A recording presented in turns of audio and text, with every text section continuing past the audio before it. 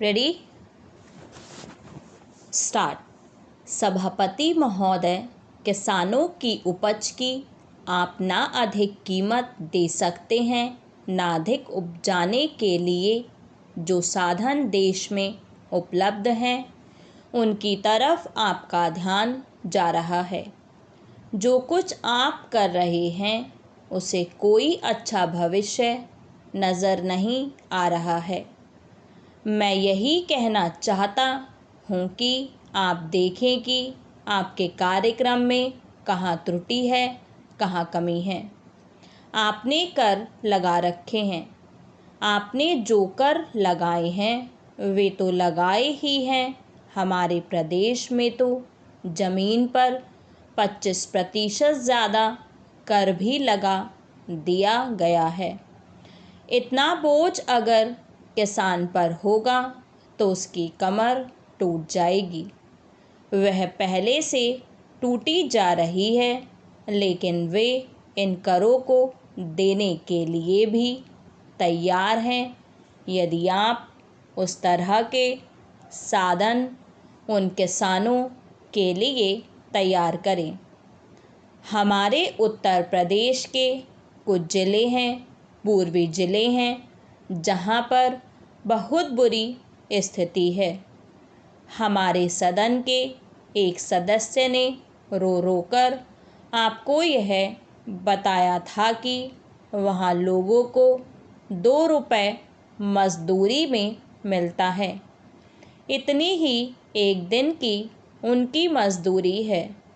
सरकार ने एक आयोग की नियुक्ति की थी ताकि वहाँ पर कुछ विकास के कार्य किए जाएं। वह योजना भी अब खटाई में पड़ गई है। आपका ध्यान इन समस्त चीज़ों की ओर कैसे दिलाया जाए, कैसे आपका ध्यान इन सभी कठिनाइयों की ओर आकर्षित किया जाए, समझ में नहीं आता है। यातायात के साधनों की स्थिति यह है कि ट्रेनों में दूसरे दर्जे में भीड़ भाड़ का कोई ठिकाना नहीं है, उसकी कोई सीमा नहीं है। हर रोज़ ऐसा मालूम पड़ता है कि कोई मेला चल रहा है। आपके पास अच्छे इंजन हैं, अच्छे गति वाले इंजन हैं, लाइन भी अच्छी है, तो क्यों नहीं दूसरे दर्जे के अधिक डिब्बे लगाए जाते हैं। लोगों को कुछ सुविधा मिल जाए, वह काम नहीं किया जा रहा है। आपको किसान की देहात में रहने वाले आदमी की मजदूरी की परवाह नहीं है, जो समस्त कठिनाइयों को झेलता है। आपके सारे कार्यक्रम को पूरा करने की उसमें कहाँ से शक्ति आएगी?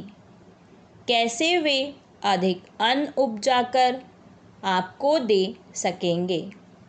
आप इन सब पर सोच विचार करें। आपने बड़े बड़े फार्म बना दिए हैं, क्या उन्हें आपके फार्म से कोई लाभ मिल रहा है?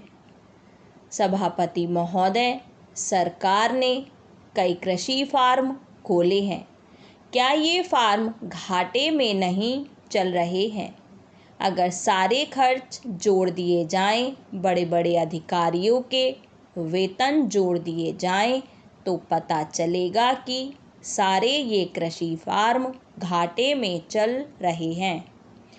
क्या इसी तरह से आप सारे किसानों को घाटे पर खेती करने के लिए मजबूर करेंगे? जिस क्षेत्र से मैं आता हूँ वहाँ एक पुल बना है। मैंने 10 वर्ष तक अपनी विधानसभा में इस पुल के लिए कोशिश की है। जिस दिन से मैं यहाँ आया हूँ बराबर उसकी चर्चा करता आ रहा हूँ, बराबर कोशिश कर रहा हूँ। मैं कहता हूँ कि गंगा पर वह पुल बने, उस पुल को बनाने का आश्वासन भी मिला था। एक प्रश्न के लिखित उत्तर में यह जवाब दिया गया था।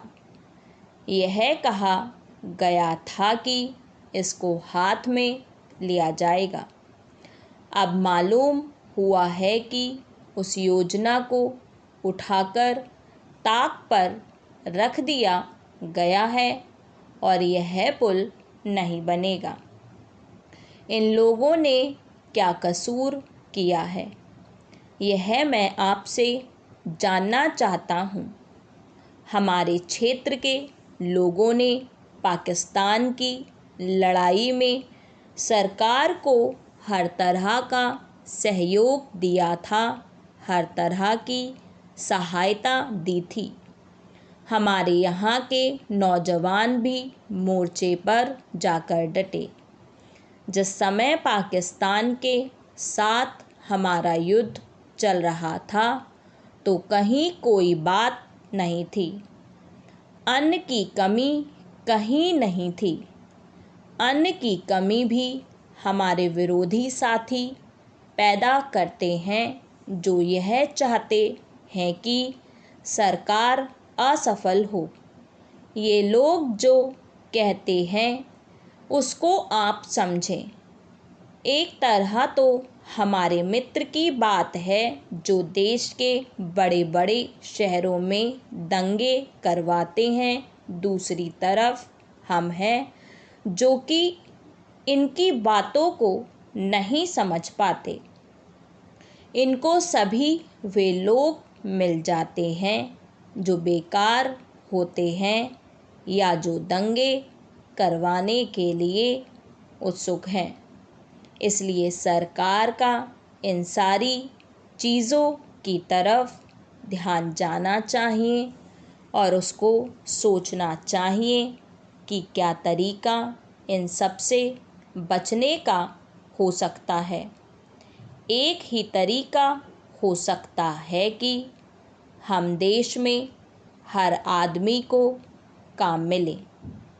देहात में लोगों को करने के लिए काम मिले और खादी कमीशन की जो योजना है और जो कि एक अच्छी योजना है वह ठीक तरह से चले।